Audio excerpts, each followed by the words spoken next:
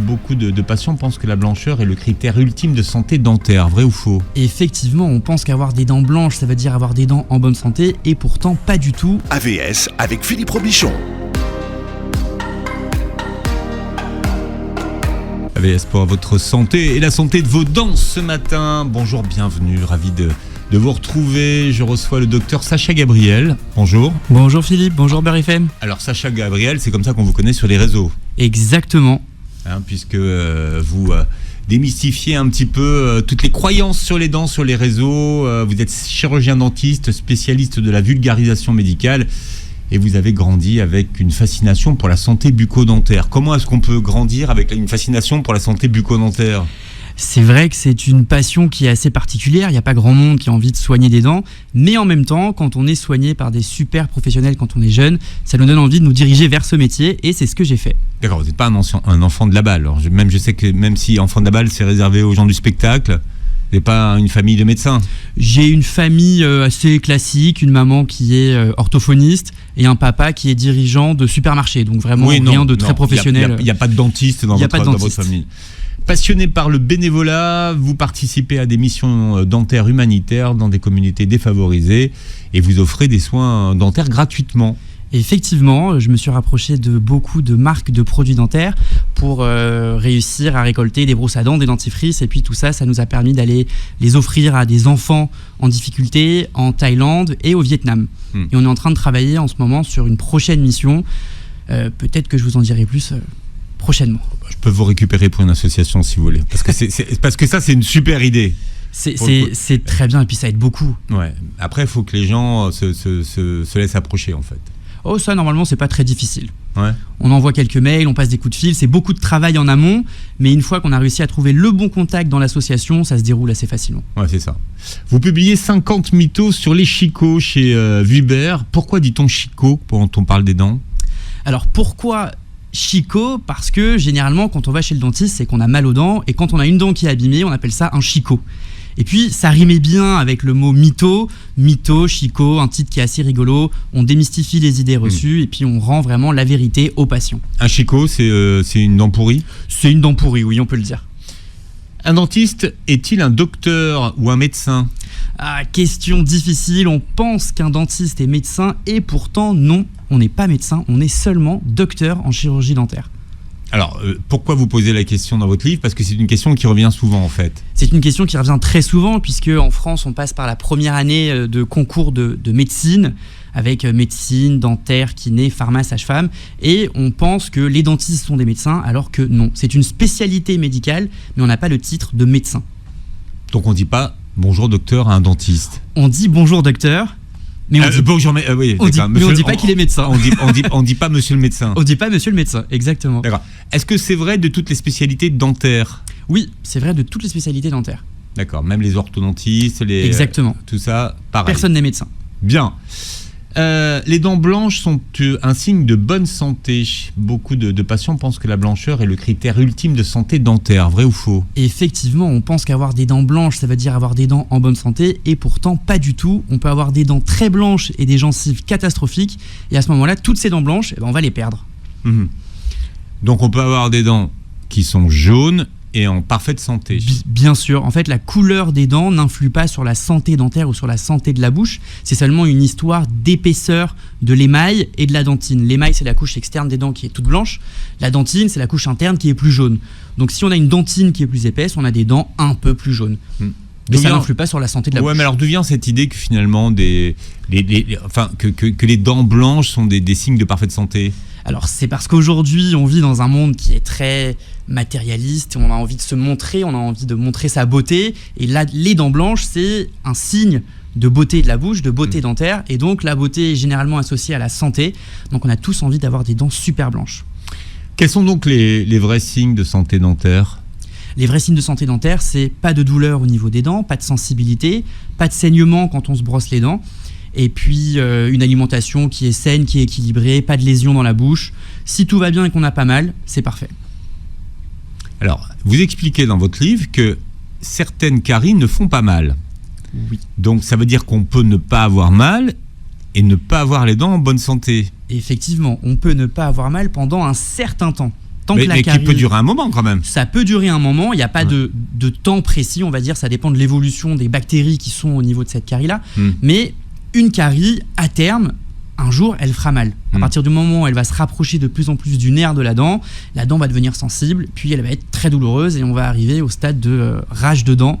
Et là, on a envie de se taper la tête contre un mur. Le bicarbonate de soude et le citron sont de vraies bonnes astuces de blanchiment des dents. D'ailleurs, même il y a beaucoup qui disent ouais, mais le citron c'est magique pour les dents, tu vas voir. Alors, ouais. Bicarbonate et citron pour faire la vaisselle ou pour faire le ménage dans sa maison ou nettoyer sa salle de bain, c'est génial. Pour brosser ses dents, c'est pas la meilleure idée. Le citron, c'est acide, donc ça va venir faire fondre l'émail des dents. Et puis le bicarbonate, c'est rugueux, ça va venir rayer l'émail. Donc on va, avec le citron et le bicarbonate, réussir à éliminer les taches qu'on peut avoir sur les dents, les taches de café, les taches de tabac, mais on va pas rendre ses dents plus blanches. On va juste abîmer son émail. Ça, c'est des trucs qui circulent. Ça circule beaucoup sur les réseaux sociaux, ça circule beaucoup dans la vie en général. Et puis, avec l'essor des réseaux, il y a eu plein de nouveaux types de dentifrice qui sont apparus, de nouvelles modes. On a eu le dentifrice au charbon, qui soi-disant Alors, moi, je blanche. me suis fait avoir. Avec le dentifrice au charbon. Ouais, je vous jure que oui. Et alors, qu'est-ce que ça a donné je comme trouvais résultat? que c'était magique, mais bon, ouais. Parce que le charbon, c'est un peu comme le bicarbonate. Non, c'était du charbon actif. Alors ça, c'est encore pire. Attention, parce qu'il y a le charbon actif et le charbon passif. Mais là, c'était du charbon actif, donc c'était. Alors, s'il est actif, ça va, ça passe. Ouais. Non, mais alors, pourquoi c'est un truc de marketing? Parce que ça nous vend l'idée qu'on va avoir des dents plus blanches et du coup, on essaye d'atteindre un idéal de beauté, toujours pareil. C'est l'esthétique du sourire. Mais au fond, est-ce que ça fonctionne? C'est ça, Ça va fonctionner chez les patients qui ont des taches sur les dents. Les patients qui fument beaucoup, les patients qui boivent beaucoup de café, ça va venir éliminer les taches. Maintenant, encore une fois, ça ne va pas les blanchir, les dents. Le seul moyen de les blanchir, c'est d'avoir un procédé physico-chimique, de faire rentrer un produit à l'intérieur de l'émail qui va venir oxyder les colorants et qui va rendre les dents plus blanches. On en reparlera. Le curcuma? Curcuma, ça c'est le pire de tout. Ah bon? Alors je crois que le curcuma... oui, Alors, il y a des recettes. Ça avait toutes les vertus. Il y a des recettes de dentifrice maison avec du curcuma, alors qu'on sait très bien que quand on mange du curry qui contient du curcuma, on a les dents toutes jaunes. Donc, se brosser les dents avec un produit jaune, ça va juste rendre les dents plus jaunes.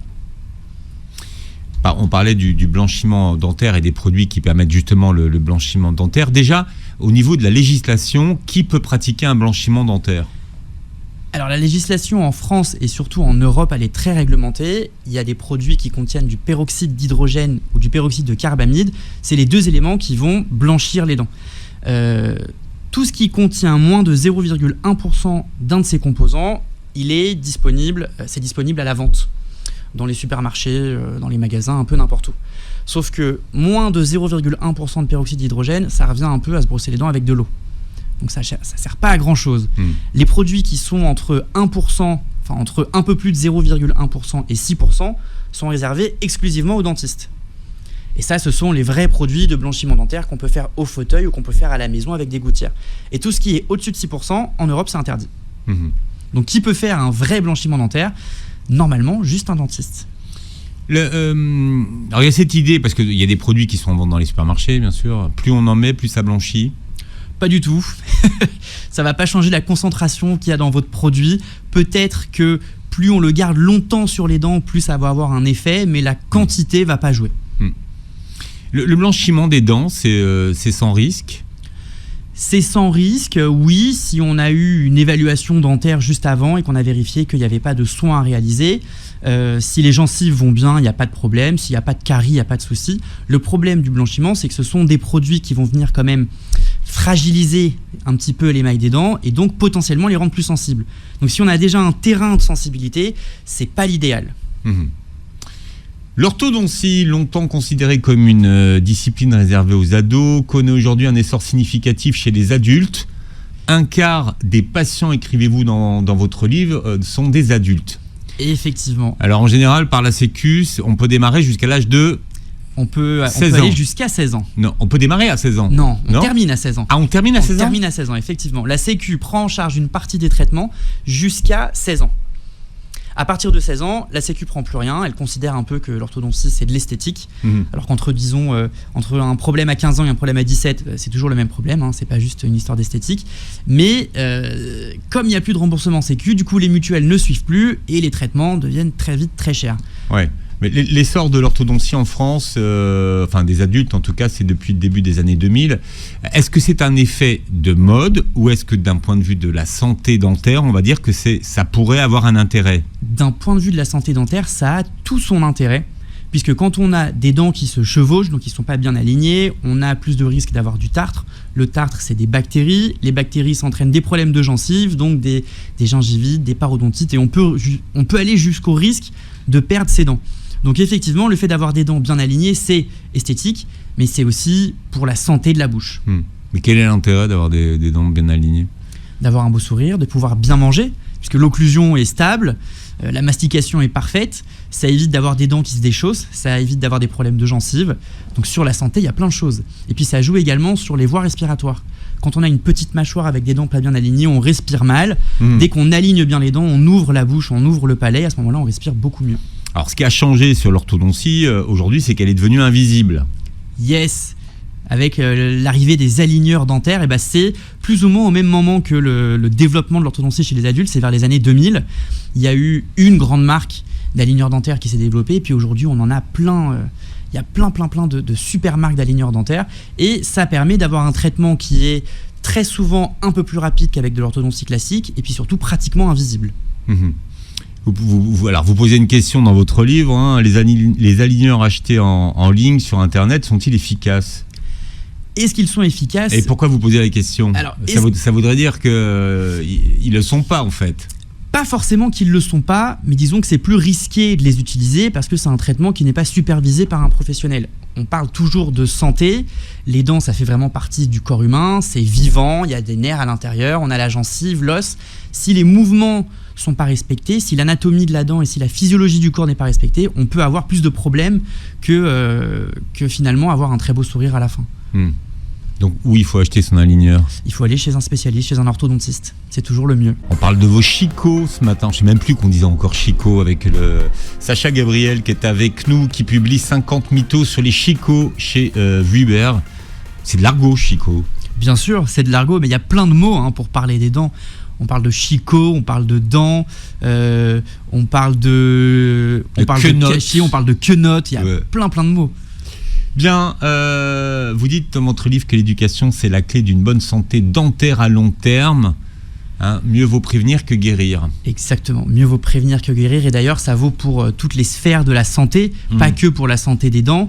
Alors, la prévention, ça commence par une bonne routine d'hygiène bucco-dentaire, un brossage matin et soir avec un bon dentifrice. On nettoie aussi entre ses dents, on n'oublie pas le nettoyage interdentaire, c'est super important. Et puis, un rendez-vous de contrôle une fois par an chez le dentiste, histoire de se rassurer, d'être sûr qu'il n'y a pas de problème. On parlait de l'orthodontie tout à l'heure, mais c'est vrai que vous êtes peut-être, vous qui nous écoutez, de plus en plus nombreux à voir qu'un collègue s'est fait poser un dispositif de contention transparent, et vous dites qu'est-ce que vous faites ? Je fais aligner mes dents. Exactement. Les gouttières d'alignement, c'est la nouvelle mode dans les traitements d'orthodontie et surtout chez les adultes parce que ça ne se voit pas ou pratiquement pas. Les gouttières, on peut les enlever quand on a un événement important et puis surtout, ça permet d'avoir une bonne hygiène bucco-dentaire puisque on les enlève pour se brosser les dents, donc il y a beaucoup moins d'aliments qui restent coincés, beaucoup moins de soucis, beaucoup moins de risques de caries. En matière d'orthodontie, il y a cette idée que plus ça tire, mieux c'est, plus ça marche. Et non, le corps ne réagit pas comme ça. Si on tire très très fort, on va détruire plus d'os qu'on va en construire. Les dents, elles réagissent et l'os en général réagit à une vitesse qui est très stable. Donc aujourd'hui, on montre que plus les forces sont douces, plus les dents bougent rapidement. Oui, c'est paradoxal finalement. C'est complètement paradoxal. Si on tire très très fort, ça bloque. Ouais. Alors après l'orthodontie, est-ce qu'on est tranquille, plus rien ne va bouger ? Non. Malheureusement, non. Après l'orthodontie, on n'est pas tranquille, on n'est jamais tranquille au final dans sa vie. Il y a toujours un problème quelque part. C'est pour ça qu'après l'ortho, on pose un fil de contention à l'arrière des dents pour être sûr que les dents sur le devant ne bougent pas et qu'on vous remet des gouttières de contention. Si jamais vous ne mettez pas vos gouttières de contention et que votre fil tombe, vos dents risquent de rebouger. Elles rebougent parce qu'il y a une mémoire du corps, donc les dents viennent un petit peu se remettre à leur place. gros problèmes du corps. Et puis surtout, ça va rebouger en fonction de la manière dont vous parlez, de votre alimentation, de vos habitudes. Si vous avez plus l'habitude de manger à droite que de manger à gauche, si vous vous rongez les ongles, il y a plein de petits éléments qui font que les dents peuvent rebouger un petit peu. Ben, comment vous faites pour maintenir vos dents alignées ? On garde son fil de contention jusqu'à la fin de sa vie et surtout on nettoie très très non, bien vous êtes ses sérieux dents et on met ses gouttières de nuit. Et oui, malheureusement. Il y a ce qu'on appelait les dents du bonheur, le diastème. Le petit diastème. Diastème. Vous conseillez de faire un rapprochement des dents ou pas ? Parce que dans ces cas-là... Alors, pas forcément. Le diastème, moi, c'est quelque chose que je trouve très joli. Ça fait un peu la singularité d'un sourire. S'il n'y a pas de problème d'occlusion, s'il n'y a pas de forces qui sont trop fortes sur ces deux incisives centrales, on peut tout à fait garder son diastème. Parce qu'il y a un espace. Hein, il y a un petit espace, mais regardez Vanessa Paradis, elle est magnifique. Et elle n'a pas enlevé. Il me semble qu'elle n'a pas enlevé, elle a toujours son diastème. Ouais, il faudra regarder. Mais beaucoup de ceux qui l'ont le font enlever. Alors, je ne sais pas pourquoi. Est-ce que ça a un intérêt d'un point de vue santé, finalement ? D'un point de vue santé, non, pas spécialement. Ça a plutôt un intérêt du point de vue esthétique. Aujourd'hui, on veut un sourire très aligné, sourire Colgate, un peu style Hollywood. Et donc, dans ce sourire parfait, il n'y a pas d'espace entre les dents. Bon, l'un des principaux freins pour débuter un traitement d'orthodontie à l'âge adulte, c'est le prix. Combien ça coûte ? Un traitement d'orthodontie, en fonction de votre cas, ça peut aller de... on va dire minimum 1 500 € jusqu'à 5-6 000 € si vraiment c'est un cas qui est très compliqué avec beaucoup de mouvements dentaires et puis un cas très long. On peut commencer jusqu'à quel âge ? On peut démarrer à n'importe quel âge, mais vous avez une prise en charge de la sécurité sociale si vous démarrez votre traitement maximum à 16 ans. C'est ça. Il faut avoir démarré à 16 ans. Vous avez 6 semestres. Exactement, maximum. Vous avez 6 semestres, donc 3 ans. Ouais, bon. Mais sinon, après, c'est plus pris en charge. C'est ça qu'il faut savoir. C'est plein pot, c'est de votre poche. C'est ça. Mais alors, vous posez la question dans votre livre, et c'est vrai que les soins dentaires ont la réputation d'être chers. Et c'est vrai. Certains soins dentaires sont très chers, et pourtant, en France, on a un système de santé qui est quand même vraiment pas mal et qui prend en charge beaucoup de ces soins dentaires.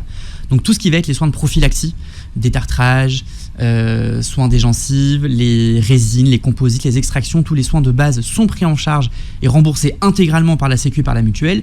Dès qu'on arrive sur des soins qui sont beaucoup plus complexes et sur des chirurgies, la Sécu de temps en temps prend une partie et puis sinon c'est du hors nomenclature. Et en fait on se rend compte à ce moment-là que les soins dentaires sont chers parce qu'il faut les payer plein pot. Mais si on devait payer plein pot son composite, ça reviendrait très cher aussi. Oui, alors le problème, non, c'est un des gros avantages de la Sécu, c'est qu'on croit que c'est gratuit. Exactement. Mais c'est pris en charge. Et quand c'est pris en charge, on ne se rend pas forcément compte. On ne se rend pas forcément compte de ce que ça coûte et du tarif que ça coûte, c'est ça. On s'en moque, puisqu'on n'a rien à avancer. On est remboursé, on n'a rien à avancer, mais c'est vrai que si on regarde son décompte de la Sécu, on se rend compte que finalement la Sécu dépense quand même énormément pour notre santé. L'alimentation et la santé des dents, c'est la base. Est-ce que ça veut dire que si on ne mange pas de sucre, on n'aura pas de caries ? Ça serait beaucoup trop beau pour être vrai. Si on ne mange pas de sucre, on diminue le risque d'avoir des caries, mais ça ne veut pas dire qu'on ne peut pas en avoir. Il n'y a pas que le sucre qui entraîne des caries. Il y a également l'acidité, il y a également le gras. Donc il faut avoir une alimentation qui est équilibrée, mais surtout, il faut avoir une très bonne hygiène bucco-dentaire. Quels sont les aliments qui sont ennemis des caries, notamment ? Alors, forcément, les aliments ennemis des caries, ce sont les aliments les plus sucrés. Mais pour vous donner un exemple très concret, j'ai dans mon cabinet un petit tiroir que j'appelle mon tiroir à bonbons. Il est rempli de sachets de bonbons et j'en mange toute la journée. Et pourtant, je me brosse bien les dents, je passe le fil dentaire et jusqu'à aujourd'hui, je n'ai jamais eu de caries.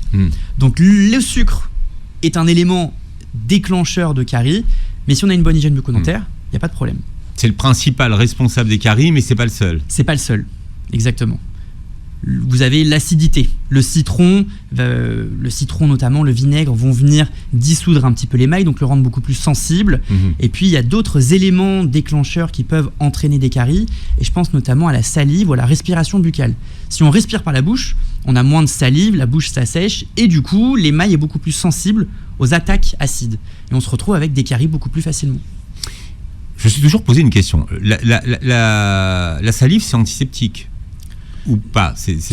c'est pas réellement antiseptique, mais ça Non. fait un gros travail de nettoyage. Bon, alors pourquoi il faut se brosser les dents alors que c'est la salive qui fait le job? La salive fait une partie du job, Elle fait pas tout le mais job. elle fait pas tout le job. Elle fait pas tout le job. Sur les dents, on a très vite. Alors, quelques minutes après vous êtes brossé les dents, vous avez déjà de la plaque bactérienne qui va venir se coller à vos dents. Cette plaque bactérienne, c'est un amas de bactéries, des bonnes bactéries et des mauvaises bactéries. La salive vient nettoyer un petit peu ces bactéries, mais vu que les bactéries sont accrochées aux dents, le seul moyen de les enlever, c'est de les brosser. Donc la bouche n'est pas auto-nettoyante. Pas complètement, malheureusement. Faut-il se brosser les dents après chaque repas comme on nous le répète depuis des années? Oui, l'idéal c'est de se brosser les dents après chaque repas si on a seulement 3 repas dans la journée, petit déjeuner, déjeuner, dîner. Si on grignote, l'idéal ça serait de se brosser légèrement les dents après chaque grignotage ou au moins de se rincer la bouche. Alors le midi, généralement on n'a pas forcément le temps de se brosser les dents, on n'a pas l'envie. Ce qu'on peut faire, Enfin, c'est pas une question de temps, c'est une question qu'on est au bureau, c'est ça. qu'on n'est pas forcément organisé. Enfin oui, il y a le temps, mais Il y a le temps, il y a l'envie, puis il y a surtout l'organisation. Faut aller avec sa brosse à dents. C'est ça. Faut aller aux toilettes avec sa brosse à dents. Il y a une histoire de questions sociétales. Est-ce qu'on a la honte ou pas d'aller se brosser les dents au bureau? Alors si on ne peut pas se brosser les dents le midi, dans ce cas-là, on se rince la bouche à l'eau claire, un petit chewing-gum sans sucre, histoire d'avoir beaucoup plus de salive qui va venir nettoyer la bouche. Et puis le soir, on s'applique encore plus. Quels sont ce que vous appelez, vous, les risques de surbrossage? Les risques de... Il y en a? Oui. Est-ce qu'on risque de trop se brosser les dents? Bien sûr, alors on risque de ne pas assez se brosser les dents et d'avoir des caries, mais si on se brosse trop les dents, on risque d'abîmer son émail, d'abîmer ses dents, et puis surtout d'abîmer ses gencives. Les gencives sont très sensibles, si on les brosse trop fort, on va venir rétracter les gencives. Et on se retrouve avec des dents qui sont beaucoup plus sensibles. Faut-il mouiller sa brosse à dents avant de se les brosser? J'avais jamais entendu cette question. Alors ça, Vous avez une vie, vous, hein? C'est la grande question qui revient en ce moment, puisqu'il y a eu des nouvelles, ça fait quelques années déjà, qu'il y a les recommandations de l'UFSBD, de l'Union française pour la santé bucco-dentaire, qui nous dit qu'il faut éviter de mouiller sa brosse à dents avant de se brosser les dents, et puis surtout qu'il faut recracher son dentifrice et qu'il ne faut pas se rincer la bouche. Alors, scientifiquement parlant, microscopiquement parlant, effectivement, si on met de l'eau sur sa brosse à dents, on va venir diluer un peu plus le dentifrice, il va moins accrocher aux dents. Maintenant, dans la pratique, si on mouille sa brosse à dents et qu'on s'applique bien sur son brossage, ça change rien du tout. Mais si on a la brosse à dents qui est en poil soft, si c'est en souple, poil, si c'est en poil souple, qu'on met le dentifrice dessus, qu'on se brosse, c'est, je sais pas. Si on a la brosse à dents à poil souple, ça va. Si on a une brosse à dents en poil médium ou en poil dur et qu'on mouille pas sa brosse à dents, on risque plus de se faire mal qu'autre chose. Donc moi, ce que je recommande, c'est une brosse à dents poil souple. On peut la mouiller ou pas. Il faut surtout respecter la dose de dentifrice. On évite de mettre une énorme tonne de dentifrice sur sa brosse à dents. Ça sert pas à grand chose. L'équivalent d'un petit poids pour un adulte, c'est super. Et puis surtout, on s'applique pendant 2 à 3 minutes sur son brossage. Ouais. Alors, quel est l'intérêt de ne pas se rincer la bouche après? Ça sert à quoi?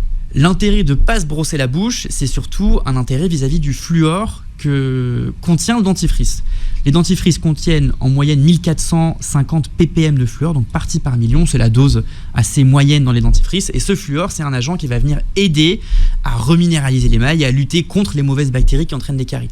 Donc si on crache son dentifrice et qu'on ne se rince pas la bouche, on a toujours un petit peu de fluor sur les dents qui va agir plus longtemps.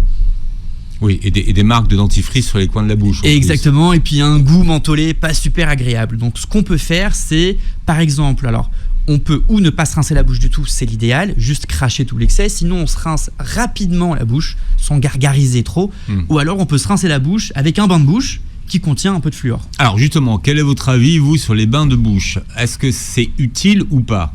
Les bains de bouche, oui, c'est utile, si on sait choisir son bain de bouche. Alors, je vous ai vu bouger les yeux, là. J'ai un petit peu hésité. Non, alors là, franchement, là, vous me le vendez mal. Alors, utile ou pas, le bain de bouche, en vrai? Si on a une très bonne hygiène bucco-dentaire, c'est pas forcément utile. Maintenant, personne n'a une hygiène bucco-dentaire qui est parfaite, et le bain de bouche, ça permet de rajouter un petit peu plus de fluor dans la bouche, et puis ça permet surtout d'avoir une haleine qui est plus fraîche. Si, la base de fluor, parce que beaucoup des bains de bouche qui sont populaires sont pas à base de fluor. Beaucoup des bains de bouche qui sont populaires sont pas à base de fluor et puis surtout ils contiennent de l'alcool. L'alcool assèche la bouche. Si la bouche est plus sèche, on a plus de bactéries. Plus de bactéries égale plus de risque de carie. Donc c'est vraiment le serpent qui se mord la queue. Voilà pourquoi on dit que le bain de bouche il n'est pas forcément obligatoire. Mais si on veut un bain de bouche, on peut l'utiliser tous les jours. Il faut juste bien le choisir. Alors après il y a le sentiment de fraîcheur que ça peut dégager. Est-ce que ça peut être une alternative au brossage des dents? Ça malheureusement non. Vous savez, par exemple le midi, bon voilà, vous n'avez pas le temps vous faites un bain de bouche, mais beaucoup le pensent ça. Alors le midi, si on n'a pas le temps, effectivement, on peut se faire un bain de bouche, c'est toujours mieux que de rien faire. Si, encore une fois, on a un très bon brossage le matin et un très bon brossage le soir. Maintenant, dans la vie de tous les jours, au quotidien, à chaque brossage, remplacer le brossage par un bain de bouche, ça c'est non. Pourquoi conseillez-vous de se brosser les dents 30 minutes après avoir mangé et pas immédiatement après ? C'est une histoire d'acidité dans la bouche et de salive. Quand on mange, très vite, le pH de la bouche diminue, on se retrouve avec de l'acidité dans la bouche. Et si on se brosse les dents tout de suite, on va venir frotter cet acide sur les dents. Alors, on parlait de dentifrice. Il y a énormément d'allégations marketing pour ce qui concerne le dentifrice, ce qui peut-être a changé notre rapport au dentifrice. Et quand on regarde et qu'on va dans une grande surface ou dans une parapharmacie, le choix de dentifrice, il est énorme. Ouais. Comment est-ce qu'on fait pour choisir un dentifrice ? Qu'est-ce qu'il faut ? Quelles sont les indications auxquelles il faut faire attention ? Il y a différentes indications pour bien choisir son dentifrice. Alors la toute première indication, et c'est celle que les dentistes en France recommandent, c'est un dentifrice qui contient 1450 ppm de fluor. C'est vraiment l'élément le plus important. Après, en fonction de ses convictions, si on veut un dentifrice bio, on peut se diriger vers du bio. Si on veut un dentifrice vegan, on peut se diriger vers du vegan.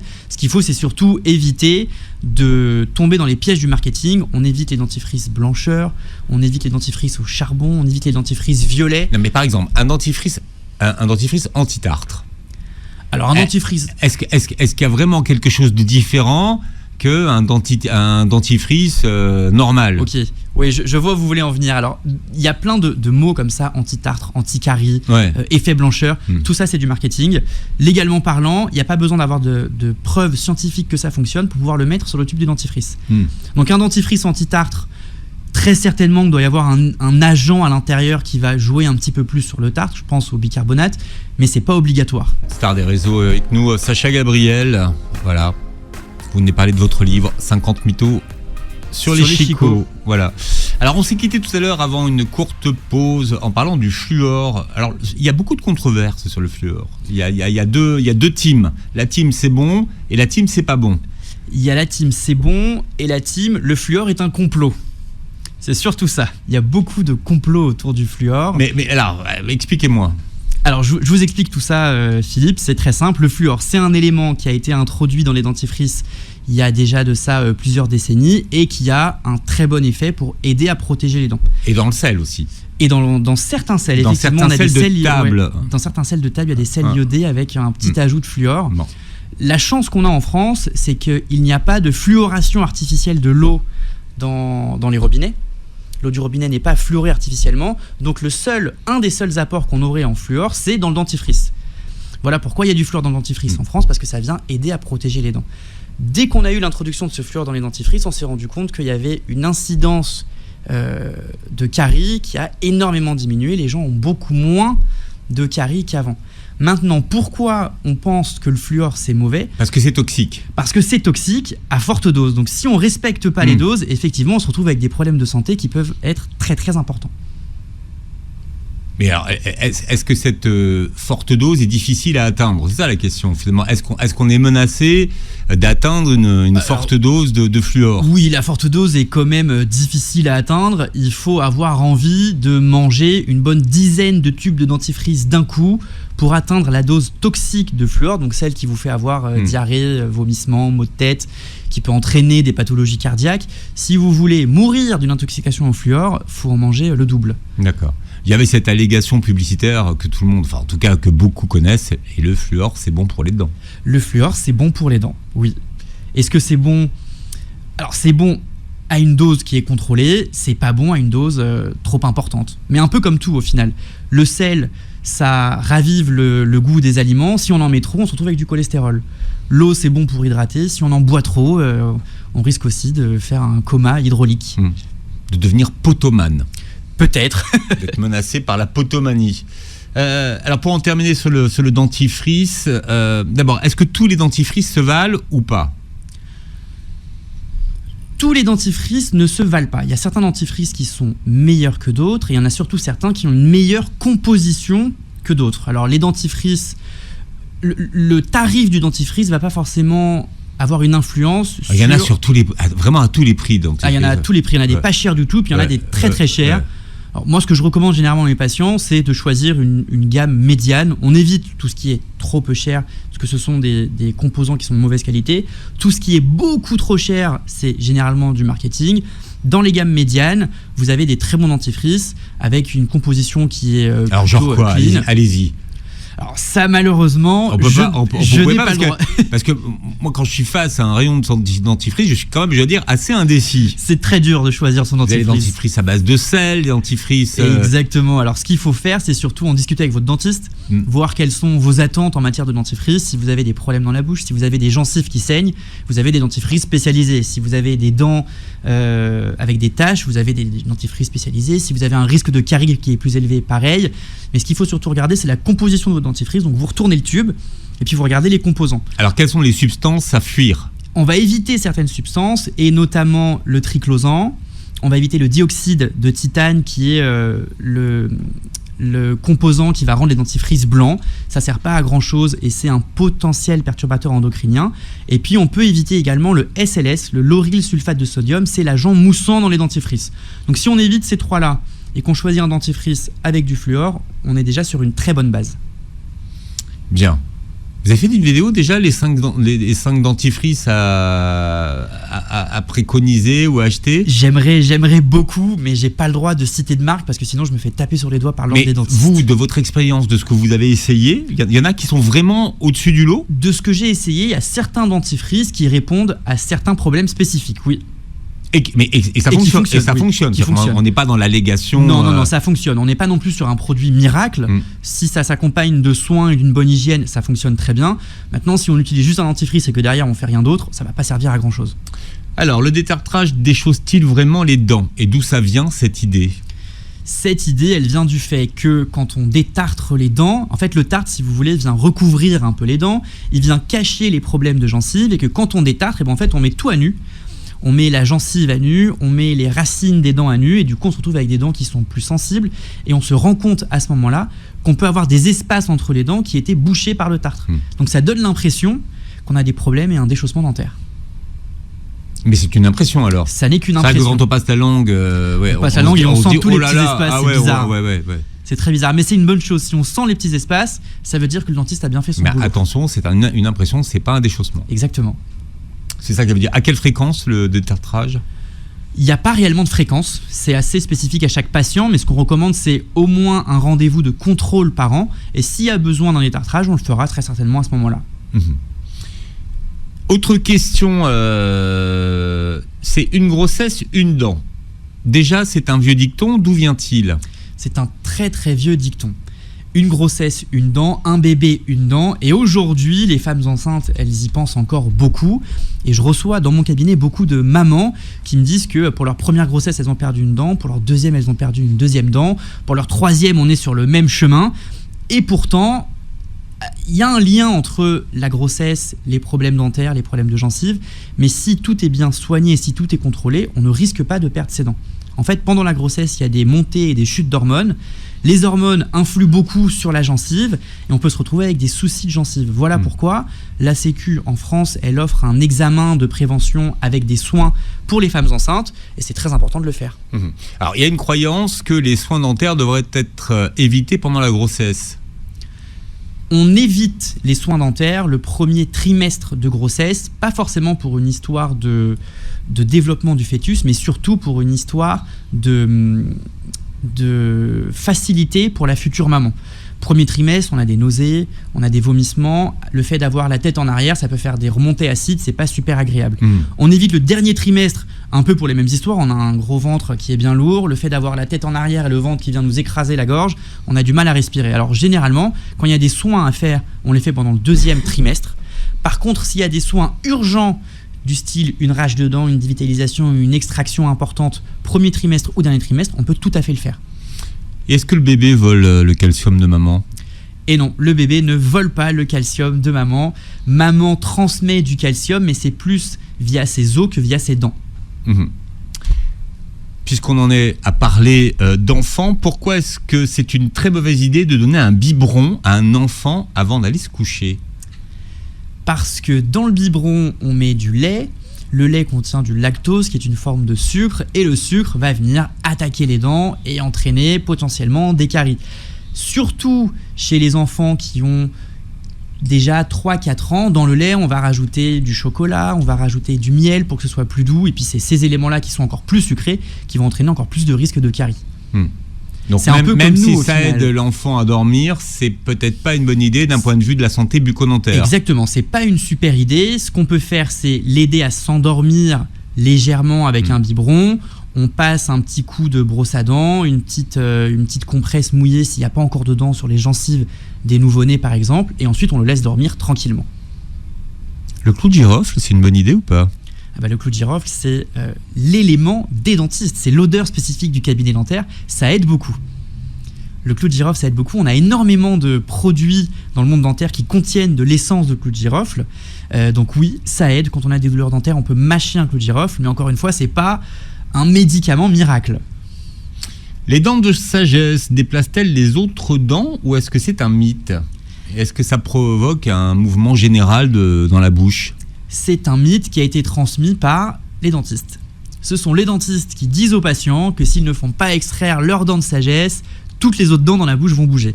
Et pourtant, les études, elles sont très claires sur le sujet. Non, les dents de sagesse ne font pas bouger les autres dents dans la bouche. Si elles ont de la place, il n'y a pas de problème. On n'est pas obligé de les extraire.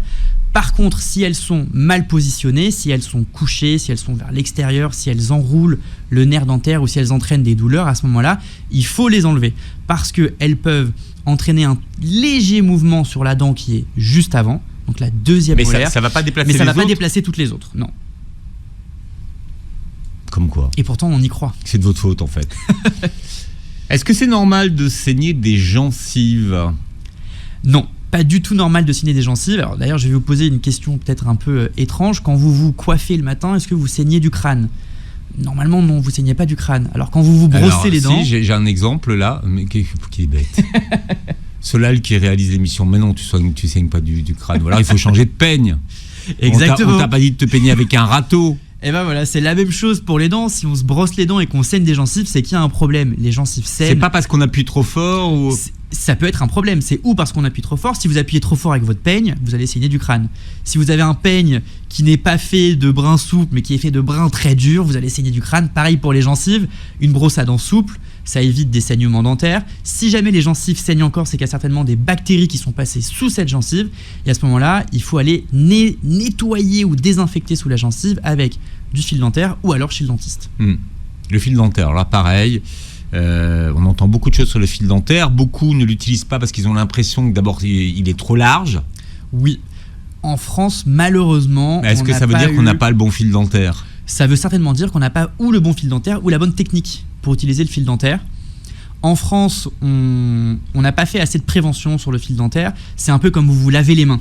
Quand vous vous lavez les mains, vous nettoyez la paume de vos mains, vous nettoyez le dos de vos mains. Les dents, c'est pareil. Si on utilise juste la brosse à dents, on va nettoyer le dessus, le devant, le derrière, mais pas sur les côtés. Et le fil dentaire ou la brossette interdentaire permettent de nettoyer entre les dents. Et pourquoi ça fait mal ? Enfin, pourquoi on a l'impression que ça fait mal ? Ou pourquoi est-ce qu'on a l'impression qu'on a les dents trop serrées pour laisser passer le fil dentaire ? Si le fil dentaire passe pas, il y a plusieurs explications. Première explication, il y a quelque chose qui coince. Généralement, c'est du tartre. Voilà. Deuxième explication, c'est qu'on a les dents qui se chevauchent et du coup, effectivement, les points de contact entre les dents sont serrés. Mais même avec des dents très serrées, un fil dentaire très fin, ça passe entre les dents. Pourquoi ça donne l'impression que ça fait mal ? Parce que les premières utilisations, la gencive elle est un peu inflammée, donc elle réagit. Elle va saigner un peu plus. Et puis surtout, il faut le temps qu'elle s'habitue à ce fil dentaire. Dès qu'on est habitué, qu'on a passé le fil dentaire, qu'on a éliminé les bactéries, plus aucun problème, plus de douleur. Allez, on termine avec la langue. Est-ce qu'il faut se brosser la langue ? Alors pour le coup, la langue, c'est un organe qui se nettoie tout seul, donc on n'a pas besoin de se brosser la langue. C'était pas une bonne idée. Et d'où vient cette idée que la langue est divisée en zones spécifiques pour chaque goût? Alors ça, c'est une très vieille théorie scientifique. On avait l'impression que la langue était divisée en différents quartiers, un côté sucré, un côté salé, un côté acide. Et on s'est rendu compte avec les dernières études qu'en fait, pas du tout. On a des papilles qui sont toutes mélangées au niveau de la langue, et du coup, on sent tous les goûts partout sur la langue. Mmh. On a combien de papilles? Je sais même plus vous dire, mais on en a énormément. Vous n'avez pas compté les papilles. 50 mythos sur les chicots, c'est le titre de votre livre. Alors on apprend énormément de choses en le lisant chez Vuibert. Vous pouvez le remontrer à la caméra pour ceux qui regarderont la vidéo de cette émission sur la chaîne YouTube de Beurre FM.